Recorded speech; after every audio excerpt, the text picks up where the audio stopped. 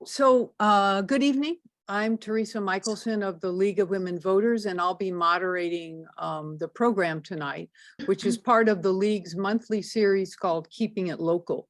Our topic this evening is the challenges of affordable housing in Champaign County.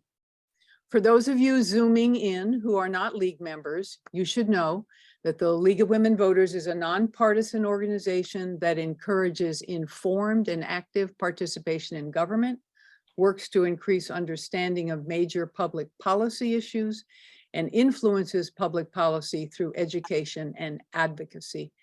And I hope you saw our billboard on the corner of Bradley and Mattis before the election, encouraging citizens to register and vote.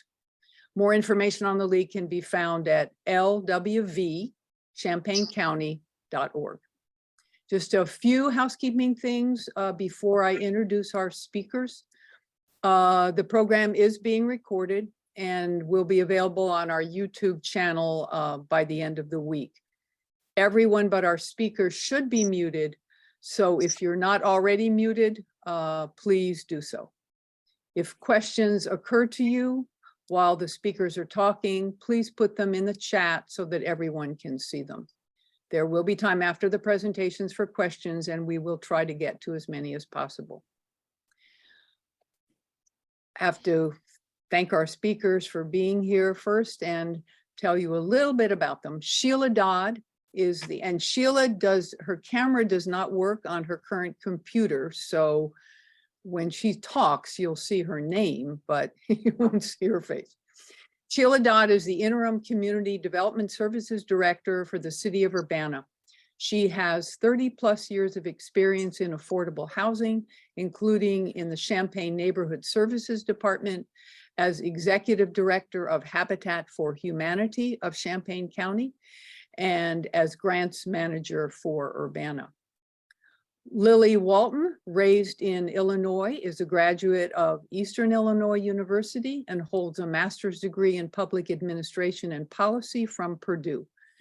She is the current executive director of the Housing Authority of Champaign County, in which role, among many other accomplishments, she has raised over $2 million in alternative sources of funding through grants and private donations. I'd like to start by asking each of you at the beginning of your remarks to define what we mean by affordable housing.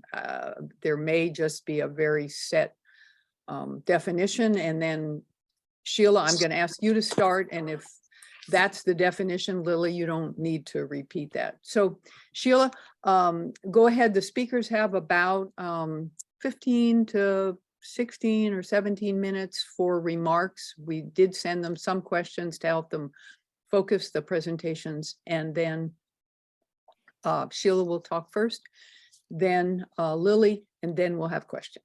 Okay, Sheila, would you start? Sure. Affordable housing, as defined by all of us in the industry, is where you can afford to pay your house and utilities, but not expend more than 30% of your income.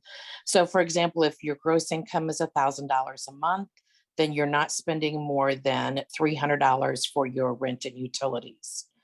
In Illinois, 71% of our residents are what they call extremely rent burdened, which means most people have to work 80 hours a week in order to afford a 2-bedroom apartment. So it's a common problem, unfortunately, nationwide. It's something that I would say our social service providers and our housing agencies in Champaign County work very collaboratively to try to address the issues as we get money, and we meet on a regular basis to try to come up with creative ideas to address the problem. In the city of Urbana, we receive CDBG and home funding that we use to address housing and rent needs. And we do it in a variety of ways. We give money to Habitat for Humanity to help build houses throughout Champaign County. Many of the Habitat homeowners are first-generation homeowners. They do pay a mortgage, but it's at 0% interest. And then that mortgage payment goes back to Habitat to help build future homes. So it's a great way for families to get into housing. It makes it affordable, but yet many of them walk out of a rental unit that costs much more than what their mortgage payment does. We also provide funding to developers to build affordable housing. So most recently, Crystal View in Urbana, Bristol Park in Champaign, those funds came from the Urbana Home Consortium funds to a developer to help build affordable housing units. And then we also run what we call a tenant-based rental assistance program, where we provide funding to Courage Connection and Champaign County Regional Plan Commission to help people with their rent. So earlier I mentioned that the affordable housing is defined as not spending more than 30% of your income. So if you are cost burden, you can go through one of these programs and they will pay the difference between that 30% and what your actual rent is. So if your actual rent is $1,000 a month, you can provide $300. They will pay their landlord the difference of $700 so that you're able to get into affordable housing. So that's just kind of a quick overview of what Urbana does. I'm happy to answer any questions. Like I said earlier, we work very collaboratively with the Housing Authority, with the City of Champaign, Champaign County Regional Plan Commission. Anytime any of us get funding, and especially through the pandemic, we all work together to try to meet the needs of the community as a whole, because we recognize many of these problems don't stop at Wright Street, that they really affect the county as a whole. Okay, thank you very much, Sheila. We will hold the questions and let's go to Lily. Lily, I did hear you Monday night. That was a very, very interesting, and remind me again, it's called Beats and Brews, I think. They had it at the poorhouse. Blues and Beats and Brews or yeah. something. So Lily, you'll probably be retracing some of the things you talked about Monday night, which will be great if we can add them to this conversation. So would you mind going ahead and starting? Absolutely. I do have a PowerPoint presentation if I can share my screen with you all. Sure. All right. Let's see. Okay.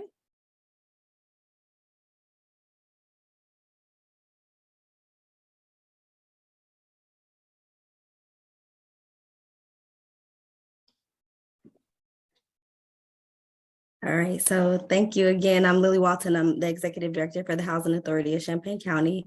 I've been in this role for about, it'll be 2 years in January.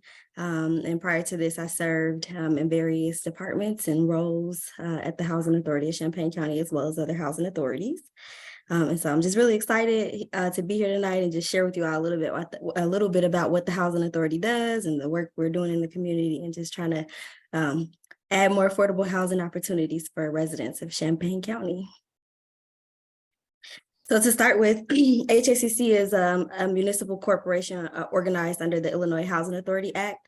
Our jurisdiction includes all incorporated and unincorporated areas of Champaign County.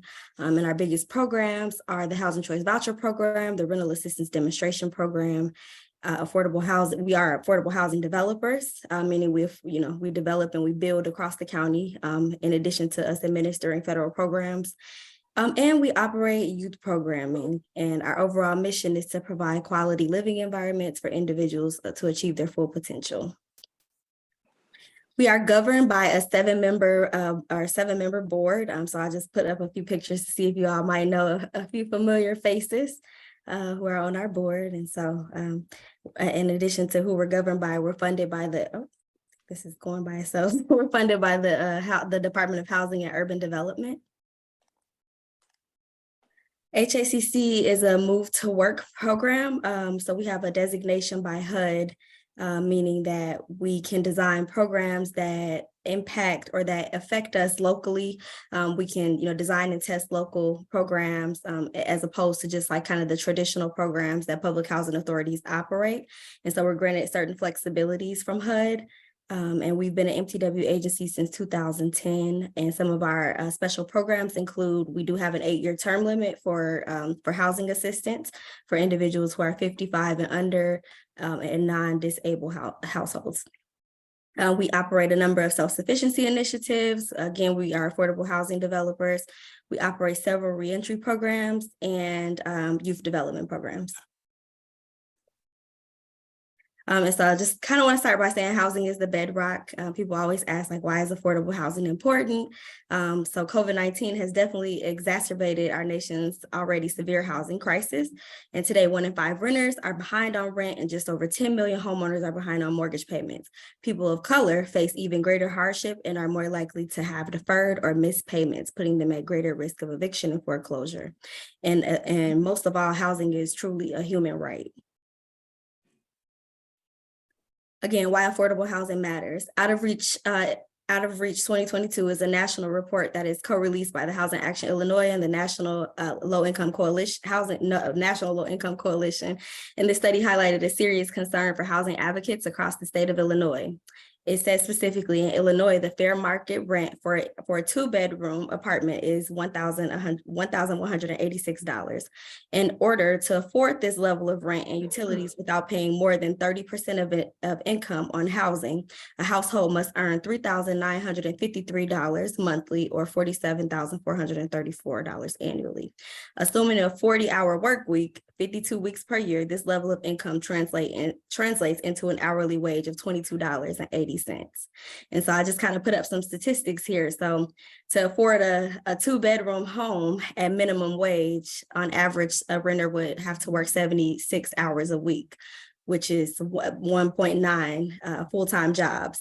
And to afford a 1-bedroom home at minimum wage, you'd have to work 64 hours, which is 1.6 full-time jobs.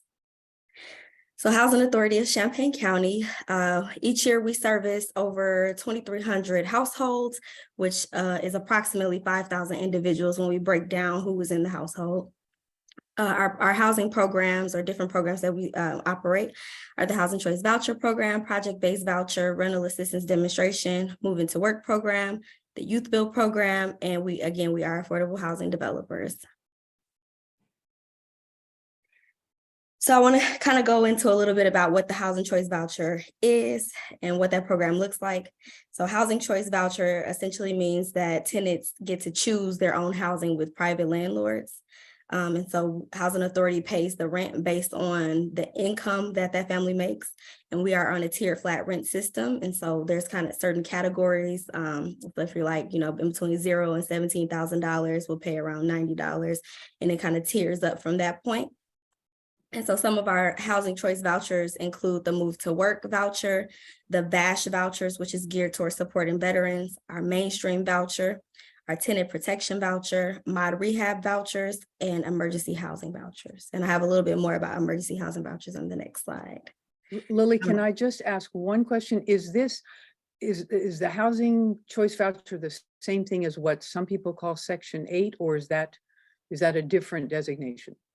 It is what some people call Section 8, yes. Okay, all right, thank you. So the emergency housing vouchers are a program that was developed under the American Rescue Plan Act.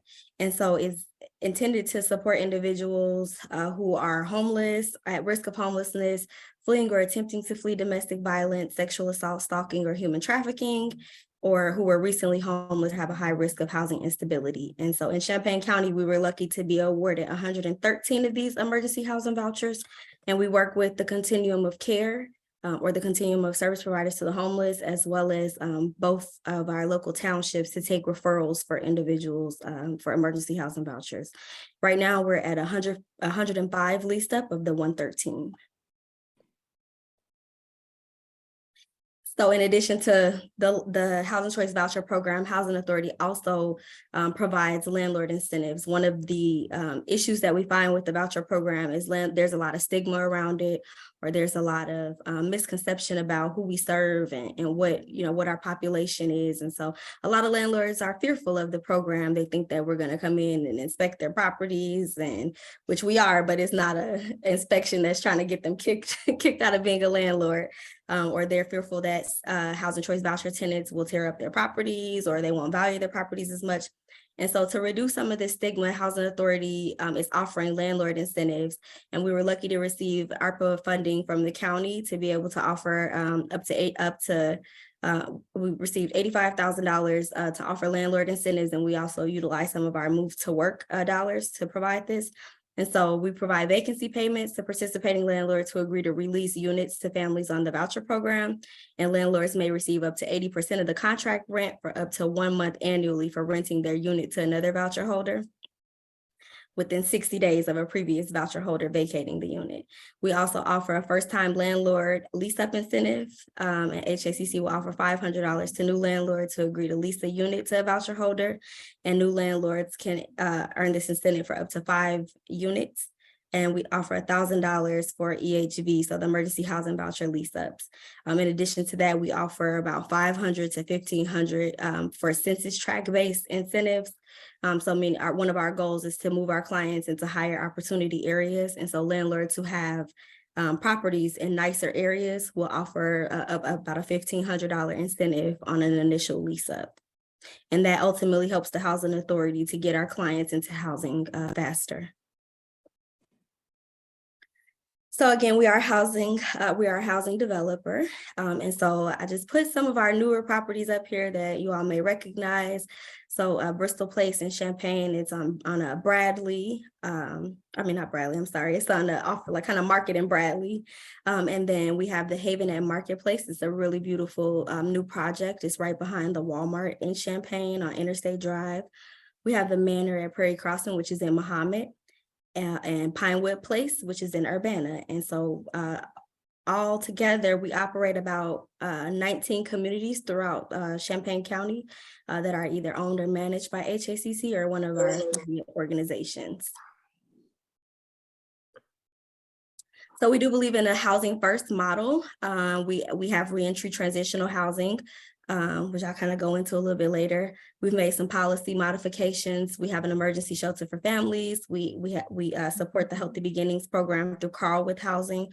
We have a student voucher program where we offer housing assistance to students who are attending the University of Illinois. We have sponsor-based vouchers where we partner with local service providers for direct referrals, and people who are on this program do circumvent the wait list. And we also have an emergency housing voucher, of course, which I discussed previously.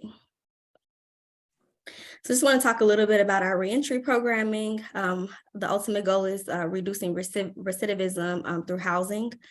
So to shed light on the potential for housing to contribute to more positive outcomes for formerly incarcerated persons, the Housing Authority is currently working in partnership with several partners to develop housing assistance programs for formerly incarcerated individuals. So right now we have 2 transitional homes, one for women with Women in Need Recovery and one with First Followers. And so those have been really great, and it's been nice to see the outcomes of the success of individuals who go through that. In 2020, the Housing Authority made policy modifications to remove all of our criminal background screening. And the goal with this is to ensure that individuals who do have backgrounds are not punished twice for whatever they've done, and that they can be suitably housed. We have an IDA reentry program where we have 15 vouchers where individuals who are being released from prison on parole can qualify for if they have a plan set up. So we work directly with the Illinois Department of Corrections to take referrals for this program. And the University of New York University, I think it is, they provide some additional funds for us to house or for us to kind of get like basic supplies or basic needs in there, like a bed and some things that to kind of get like a little bit furnished. So it's not completely furnished when they get there, but it may have a bed and, just basic needs for individuals who are being released on parole.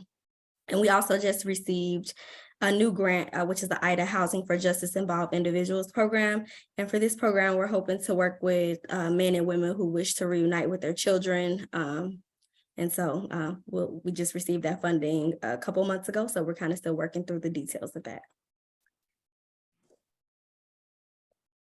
Our Healthy Beginnings program in 2020, we partnered with Carle Hospital in their Healthy Beginnings program. Carle Hospital donated 3 homes and $150,000, and the Housing Authority already had 1 home, and we rehabbed those 4 homes all together with those funds. And Carle Hospital makes referrals for individuals or for families, mothers with children, to be referred into those homes. The coolest part about that is that we have attached like an escrow model. So there's a flat rent set for each home, and Housing Authority covers utilities and insurance and just general operating costs, and anything left over goes into an escrow account for the family. So it's almost like they're paying their rent, but we're putting it away for them for the future. So right now we have, I think our average was about $8,000 that families have saved up. And so it's really cool to see, that, what's able to happen with those homes. So Housing Authority doesn't generate any income. We put all the income back into an escrow for the families. We also operate an emergency shelter for families. It is in partnership with United Way and the Regional Planning Commission. So Housing Authority owns and manages it, and Regional Planning, they do the day-to-day management and kind of deal and the shelter management. So how it works is families are eligible to stay in a shelter unit for a temporary period of up to 30 days with extensions of up to 45 days. And the emergency family shelter program is located at Maple Park Manor, a property consisting of 2 buildings, 12 units, 2 1-bedroom units and 10 2-bedroom units. And so once they complete their time in the shelter, they are referred for a unit on the other side, which is project-based voucher, and they can stay there for up to 12 months.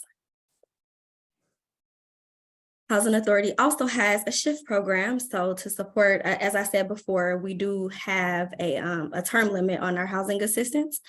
So individuals who are receiving housing assistance that are under the age of 55, they have to be off of our program within 8 years.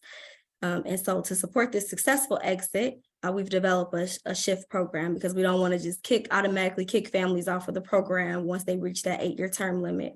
And so we have developed a way to help our families gain self-sufficiency while also earning money in the process. So families may earn up to $16,000 as of right now, and we just rewrote in our MTW plan to add an additional $16,000 to that. So we're hopefully we'll be able to offer $32,000 if HUD approves our plan. And it is goal-based incentives that are aimed at achieving self-sufficiency and in the categories of education, employment, financial stability, engagement, homeownership, and personal. So essentially, like if you complete the PowerPoint is on an automatic timer, so I'm trying to keep clicking back. I don't know why it's like that. But if you earn a training, like if you earn a certificate, a job training, like if you get a forklift certificate, Housing Authority will deposit $500 into an escrow account for you. If you complete your GED, you'll get $400. If you raise your credit score 100 points, that may be $1,000. And so it's just different aspects of what research says build self-sufficiency that we've modeled this program after, to be able to help our clients get to the point of self-sufficiency when that 8-year period ends. And so we believe in, we do have a 2-year term limit extension for families who may not be meeting those income levels that they need to be meeting. But our self-sufficiency department works closely with families to make sure that they're on target for meeting their goals to exit the program successfully. And so one of the biggest, misconceptions about the Section 8 Housing Choice Voucher Program is that people who are on the program don't work. I think Champaign County, our Housing Authority, has really proved that to be false. Our clients do work, they earn money. And last year, our clients contributed over $34 million to the economy through earned wages. And so I just want to make sure to emphasize that point that, this is a great program for working families and for people who are really trying to build self-sufficiency and make it to the next level in life. And then we have our Youth Build program. So Youth Build is our comprehensive youth development program. We don't call it school and we don't call it work. We call it a comprehensive youth development program. And so we work with young adults who are age 16 to 24 who have dropped out of high school or who high school is no longer a viable option for. We help them earn a high school diploma and an accredited high school diploma and a career credential in the trades, which is the National Center for Construction Education and Research. We are a pre-apprenticeship program, and this program specifically is funded through the Department of Labor. And so the youth who join this program, they work to provide affordable housing in the community by renovating or building. They participate on housing authority projects and just generally give back their time. And so since we started the program, we've served about 122 young adults.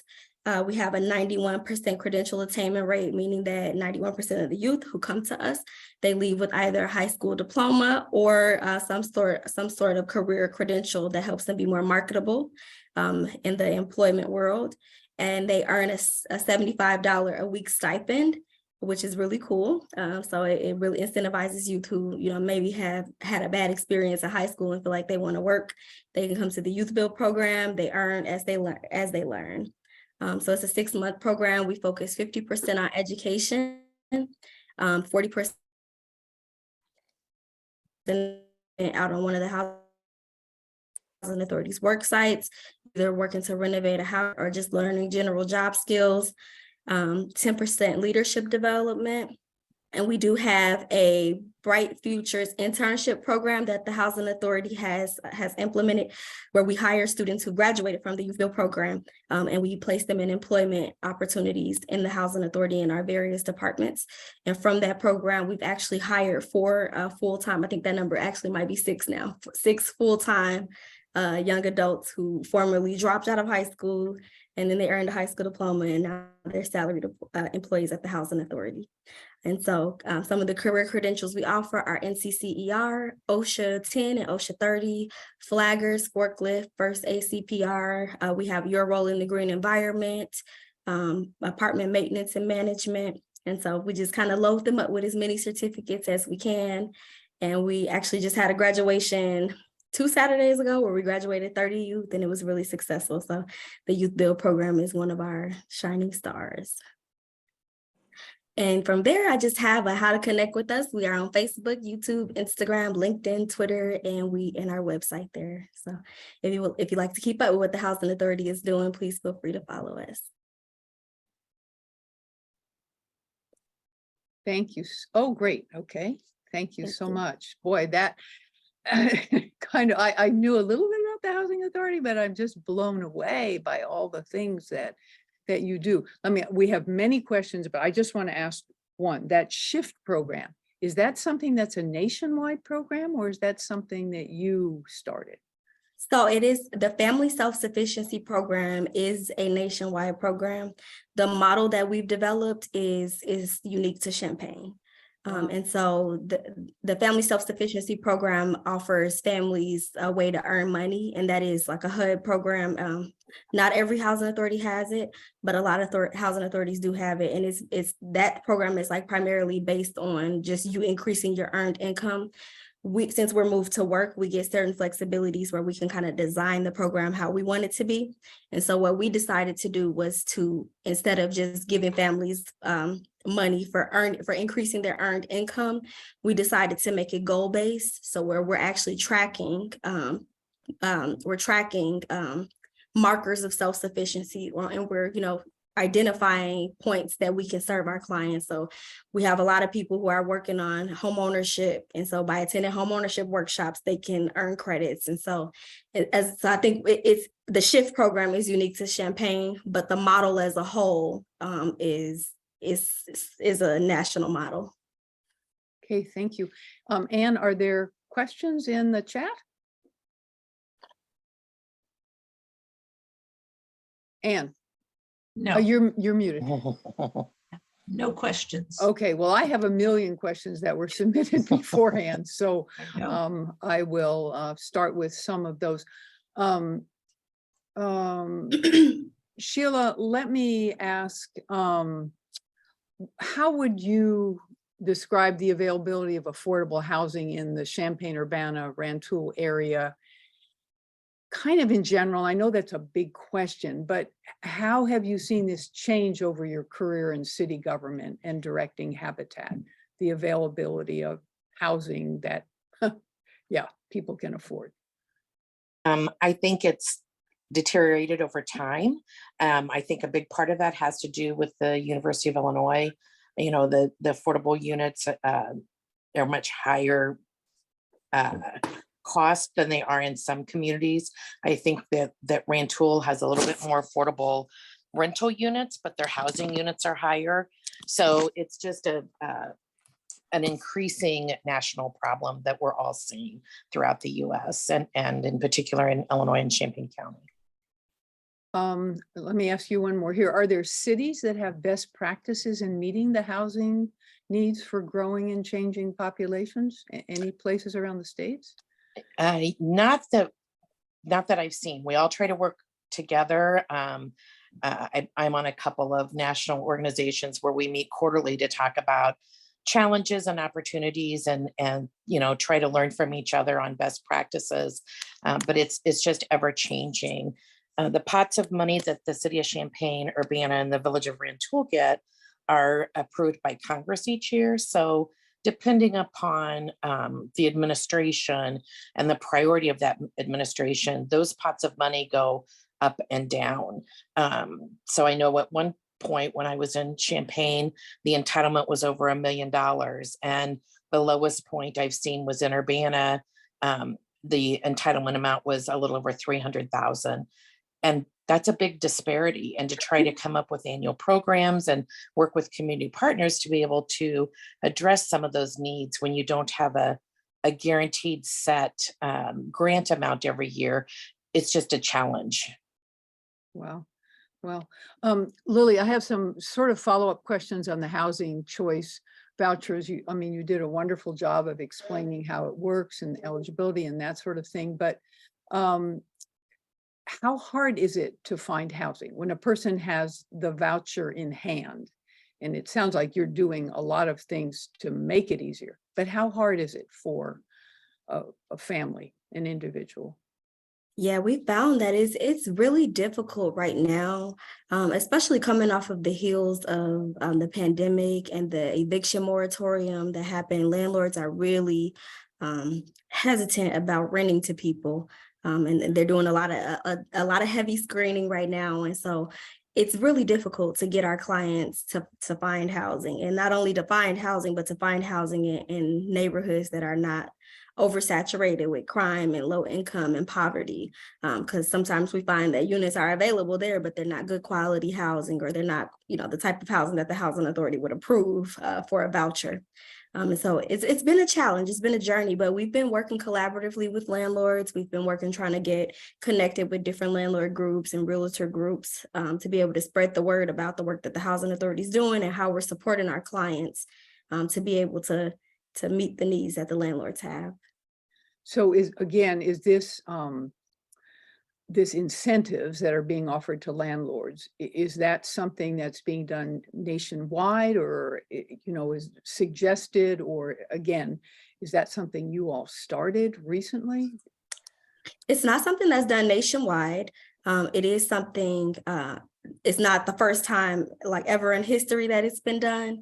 But again, due to our MTW authority and due to our phenomenal county board, we have been able to provide this incentive. We've seen it in other communities and how it's helped with leasing and helped clients attain housing faster and really build relationships with landlords who have rental properties. And so no, it's something that it's not 100% unique to Champaign County, but it's the first time that it's been done here in Champaign County. Hey, Teresa, can I yes. suggest something? You Right. know, in the reactions at the in the Zoom screen, that one of the things is a raised hand. Now, if you have a question, then if you could press the raised hand, and Ann will keep an eye out and then call on people, and that way we can get some more people in the conversation. That would be probably the easiest way.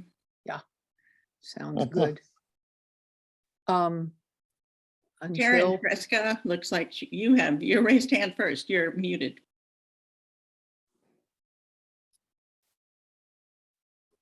Okay, you hear me? Yeah.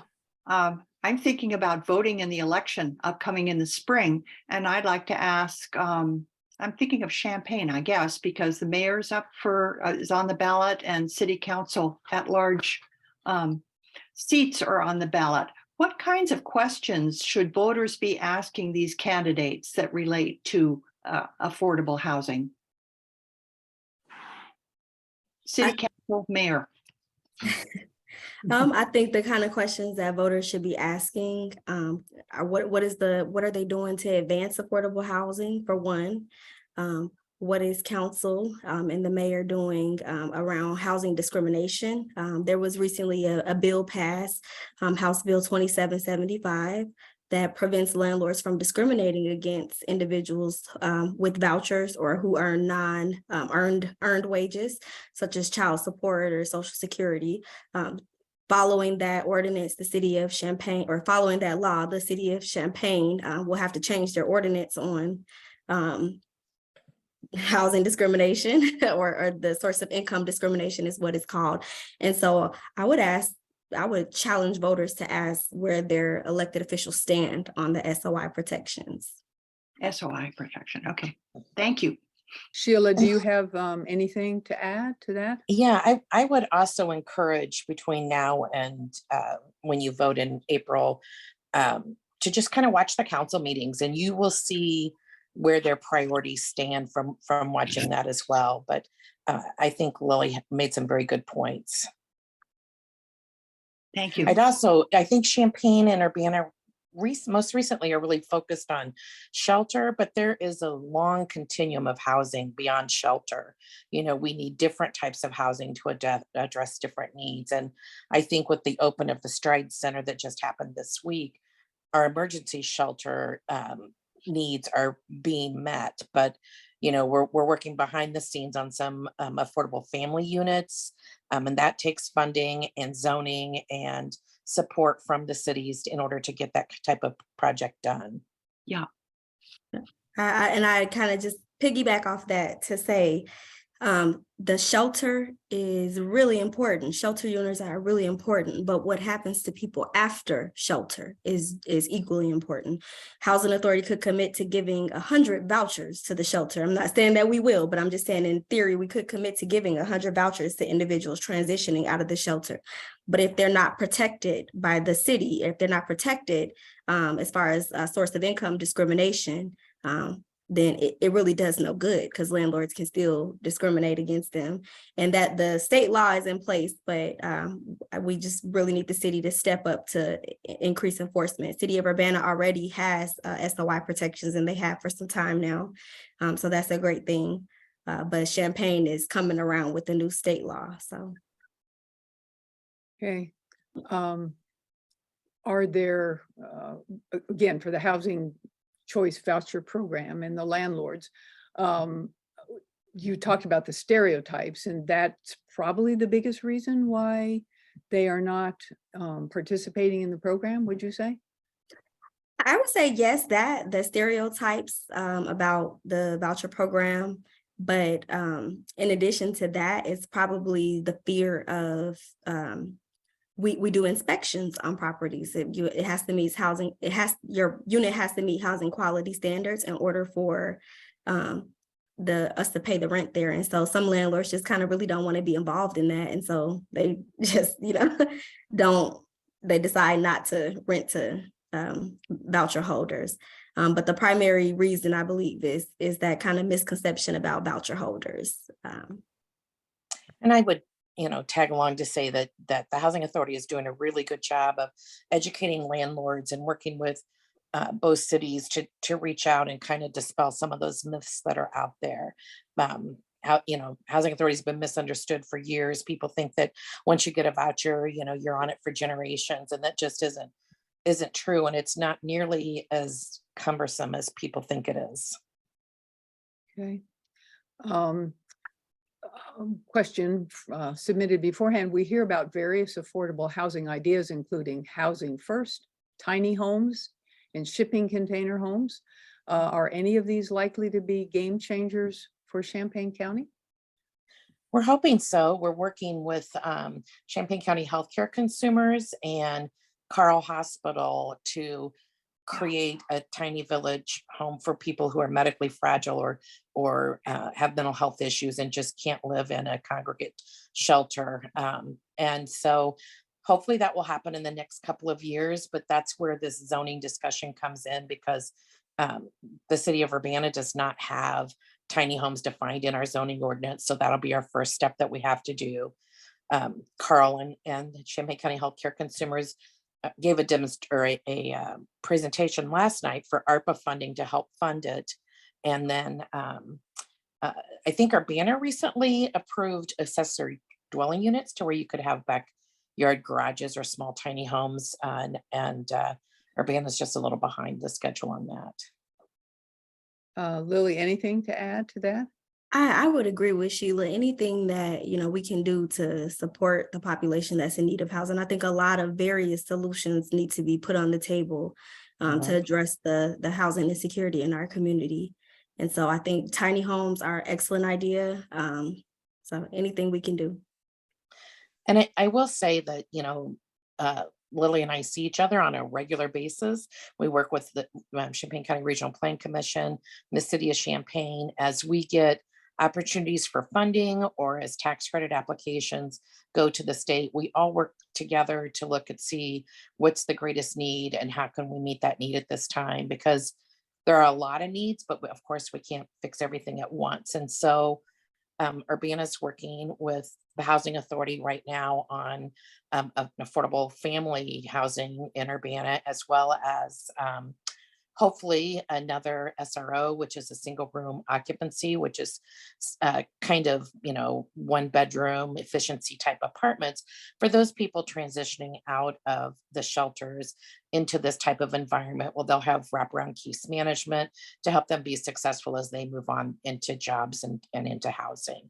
So a lot of that coordination and cooperation and it goes on a lot more than I think people recognize.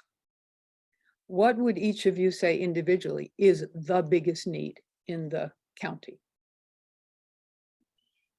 in terms of housing?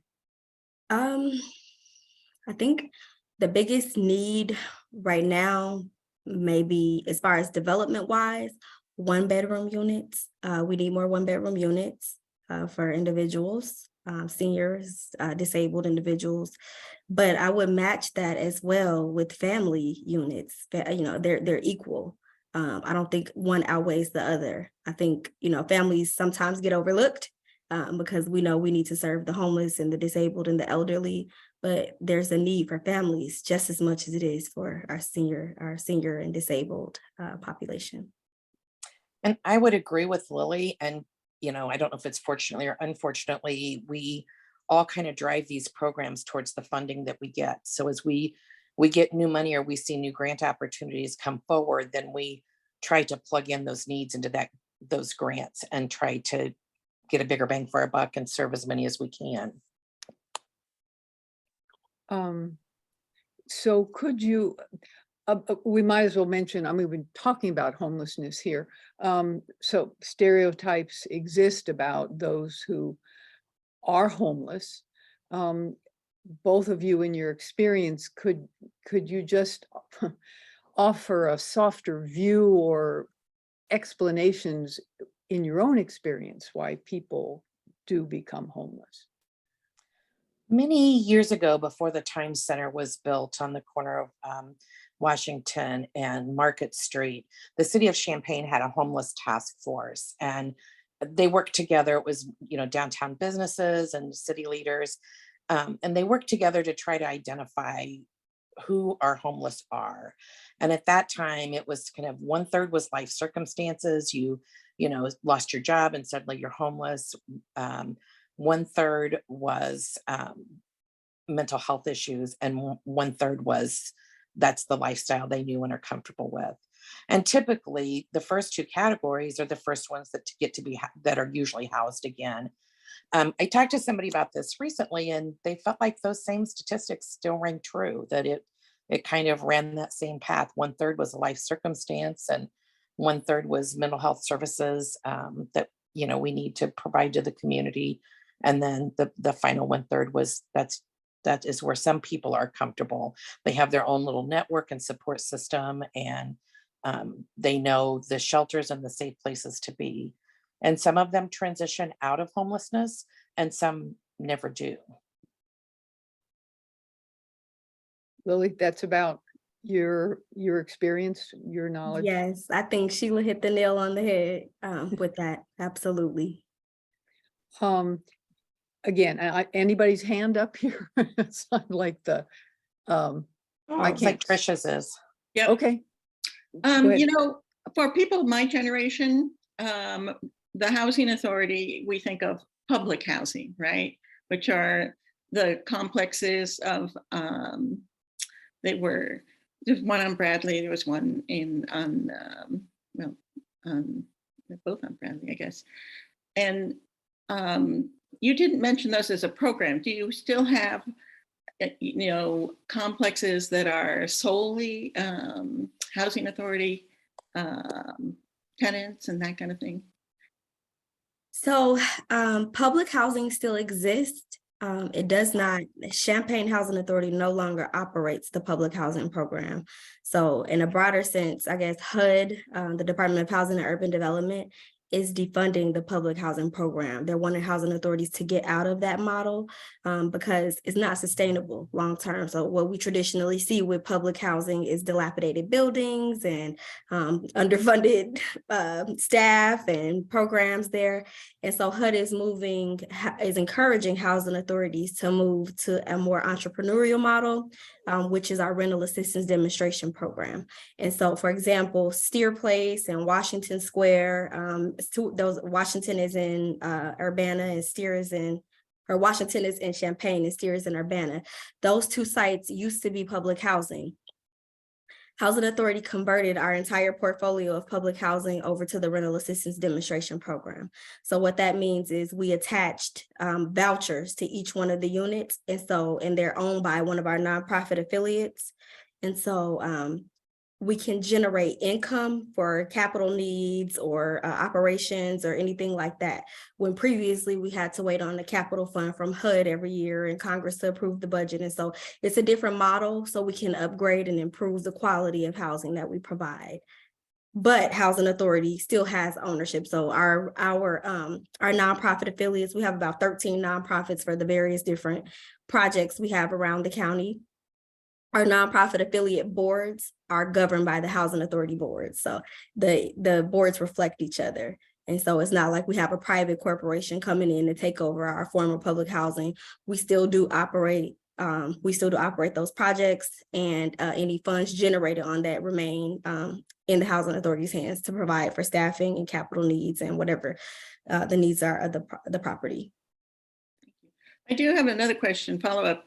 You know, you talked about the role of the Housing Authority as a developer. Are these usually public-private projects with an attempt to mix incomes, you know, with some affordable housing with some regular market housing?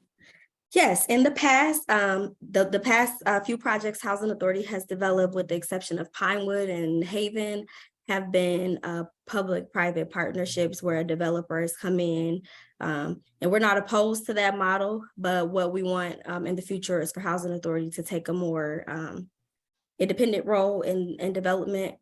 We have the capacity to do it, and we just want to keep the funds as local as possible without bringing in as many outside developers. But that doesn't mean that we're opposed to working with outside developers, but we don't want to work with them exclusively. We do want to be able to self-develop. Thank you. Carol? There's some excellent questions in the chat. I wonder if we could address them. Yeah, Anne was going to ask them. Yes.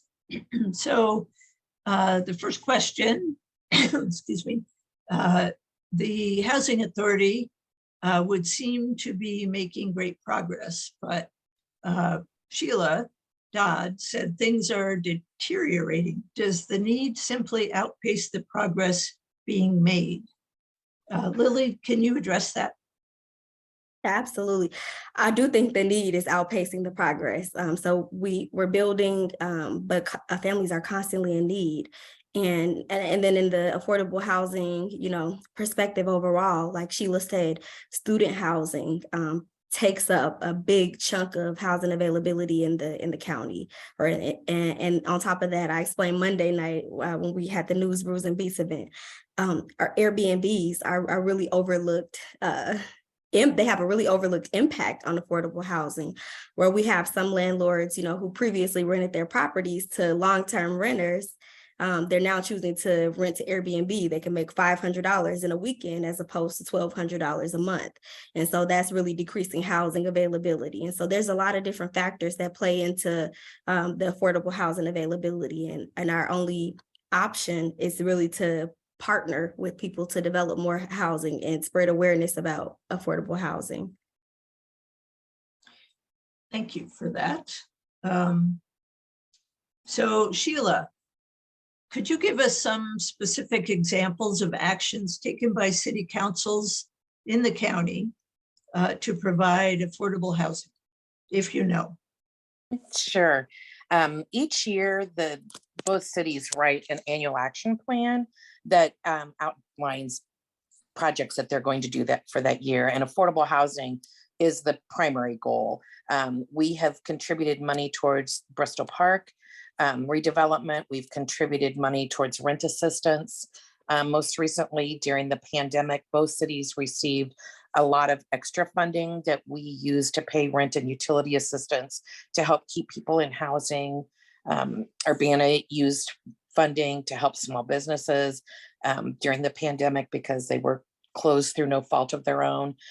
So we're always looking for ways that we can contribute, but the primary focus usually is housing. We receive home funding, which is for the city of Champaign, city of Urbana, and unincorporated Champaign County. And with that, those funds have contributed towards some of the major housing developments. We've partnered that funding with some of the projects for the Housing Authority, and we provide rent assistance with those funding through Courage Connection for people impacted by domestic violence, and then through a program through the Champaign County Regional Planning Commission. We also, both cities use their funding to try to preserve our affordable housing stock. And so in particular, seniors who have lived in their house a long time and now suddenly things are needing to be done to it, like it might need a new roof or it might need new siding or windows. They just can't afford to do that to maintain the house. And so we do contribute to programs to help fix those repairs so that they're able to continue to stay in the home and preserve our affordable housing stock. Thank you. One more question. I think, Lily, this might be best for you. How do persons in shelter and housing first programs get social and behavioral health services? So Regional Planning Commission, so in the shelter and the emergency shelter for families that we operate, Regional Planning Commission does all of the case management and support.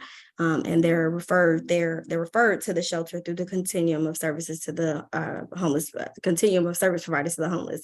And so they're receiving services through either Regional Planning Commission, they're working with case managers there, and through the CSPH. Okay. I think there's one more question in the chat. I might as well put that out there. You briefly mentioned differences between our twin cities in regards to housing, be it zoning or laws. Are there any other relevant differences? How does the Housing Authority work with Urbana, Cunningham Township, as they also provide housing assistance? Does Champaign also have an equivalent to Cunningham Township, or is Housing Authority their only resource? So Lily, you might know the answer to that. So yes, we have a really great relationship with Cunningham Township. They do supportive services for our development over at Pinewood. And the township supervisor, Danielle, she actually was on our board, Housing Authority Board, for a number of years. And so yes, Champaign does have a township office that provides rental assistance. I'm not exactly certain as far as what they do. I don't know if they do it to the level that Cunningham does. I know Cunningham provides some transitional housing, and Housing Authority, we work collaboratively to support Cunningham with whatever they do. But I know Champaign Township is actually operating the Strides emergency, or the Strides 24-hour shelter. And I think Champaign Township also provides some rent assistance that really got started during the pandemic, where the cities had a lot of funding but limited staffing to implement some of those programs. So Champaign reached out to the township, and they ran their rent assistance program through them. Yeah, and that's it, or nobody's hand is up. I have to change my viewing to see here if anybody's Yep. hand is up. No hands. Oh, wait. Another question. Okay. I understand Urbana outlawed Airbnb programs. Did Champaign? Well, can I clarify that we didn't outlaw it? It's just not in our zoning definitions.